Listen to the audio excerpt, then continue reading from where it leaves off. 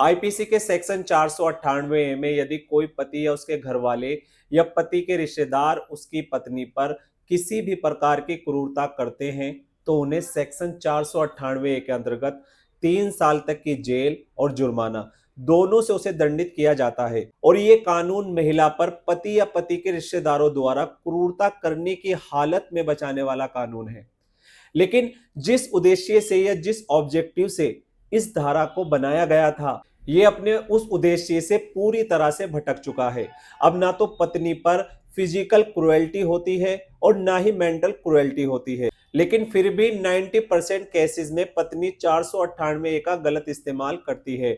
पत्नी केवल और केवल रंजिश और बदले की भावना से पति और उसके परिवार वालों के अगेंस्ट झूठा 498 ए का मुकदमा फाइल कर देती है। ऐसे में हर दिन हाई कोर्ट और सुप्रीम कोर्ट की एक के बाद एक 498 पर कोई ना कोई जजमेंट आ जाती है, जिसमें कोर्ट के द्वारा ये कहा जाता है, ये माना जाता है कि 498 एक लीगल टेररिज्म का हथियार बन गया है। और बहुत सारे जजमेंट कोर्ट के द्वारा 498 के केस को पूरी तरह से खत्म कर दिया गया। लेकिन खत्म करने से क्या मतलब है?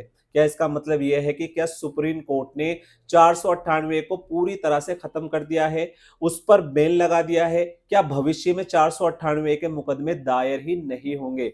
इसी तरह की कुछ क्वेरीज मेरे पास आई थी और जिसमें मुझसे पूछा गया था, क्या वाकई में सुप्रीम कोर्ट ने ऐसी कोई जजमेंट दी है जिसमें 498 पर पूरी तरह से बैन लगा दिया गया है? और इस पॉइंट को लेकर मैं खुद भी हैरान था कि सुप्रीम कोर्ट ऐसा कैसे कर सकता है, ऐसे कैसे जजमेंट पास कर सकता है कि 498 खत्म कर दिया गया है। और अगर कोई ऐसी जजमेंट है तो वो कौन सी जजमेंट है जिसका मुझे रेफरेंस दिया जा रहा था? इसलिए थोड़ा सा रिसर्च करने के बाद मुझे पता लगा कि ऑनेबल सुप्रीम कोर्ट की एक बहुत ही लैंडमार्क जजमेंट है और जिसके बारे में सभी बात कर रहे थे, जिसका रेफरेंस दिया था और उसका नाम था Kahkasha Kausar versus state of Bihar 2022। Supreme court ने इस जजमेंट में 498 को पूरी तरह से खत्म किया है या नहीं किया है? क्या 498 के तहत अब एफआईआर दर्ज नहीं होगी? सो गाइस, मेरा नाम है एडवोकेट आबिद और आज हम इसी टॉपिक पर बात करेंगे। तो चलिए वीडियो शुरू करते हैं।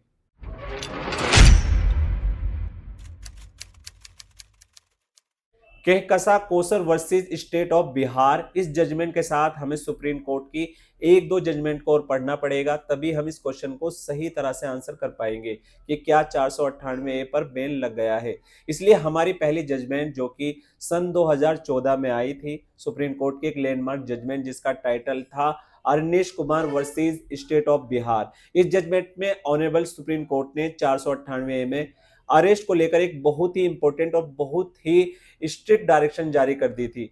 अपने डायरेक्शन में ऑनरेबल सुप्रीम कोर्ट ने कहा था कि 7 साल तक की सजा वाले मामलों में पुलिस को अरेस्ट ही नहीं करना है। और अगर अरेस्ट करना भी है, यानी कि जरूरी लगता है कि अरेस्ट करना है, तो ऐसे में पुलिस ऑफिसर को उसका एक वैलिड रीजन देना होगा जो कि रीजनेबल भी होना चाहिए।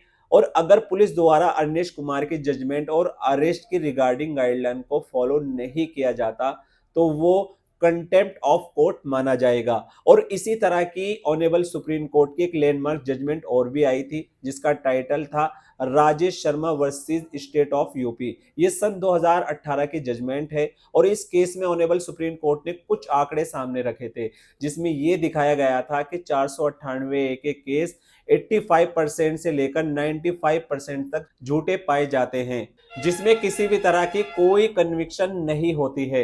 इस जजमेंट में ऑनरेबल सुप्रीम कोर्ट का मानना था कि 498 की धारा का बहुत ही ज्यादा मिसयूज किया जा रहा है और 498 की एक ही एफआईआर दर्ज करा करके निर्दोष पति और उसके परिवार वालों को आरोपी बना दिया जाता है, जबकि उनका कोई कसूर ही नहीं होता।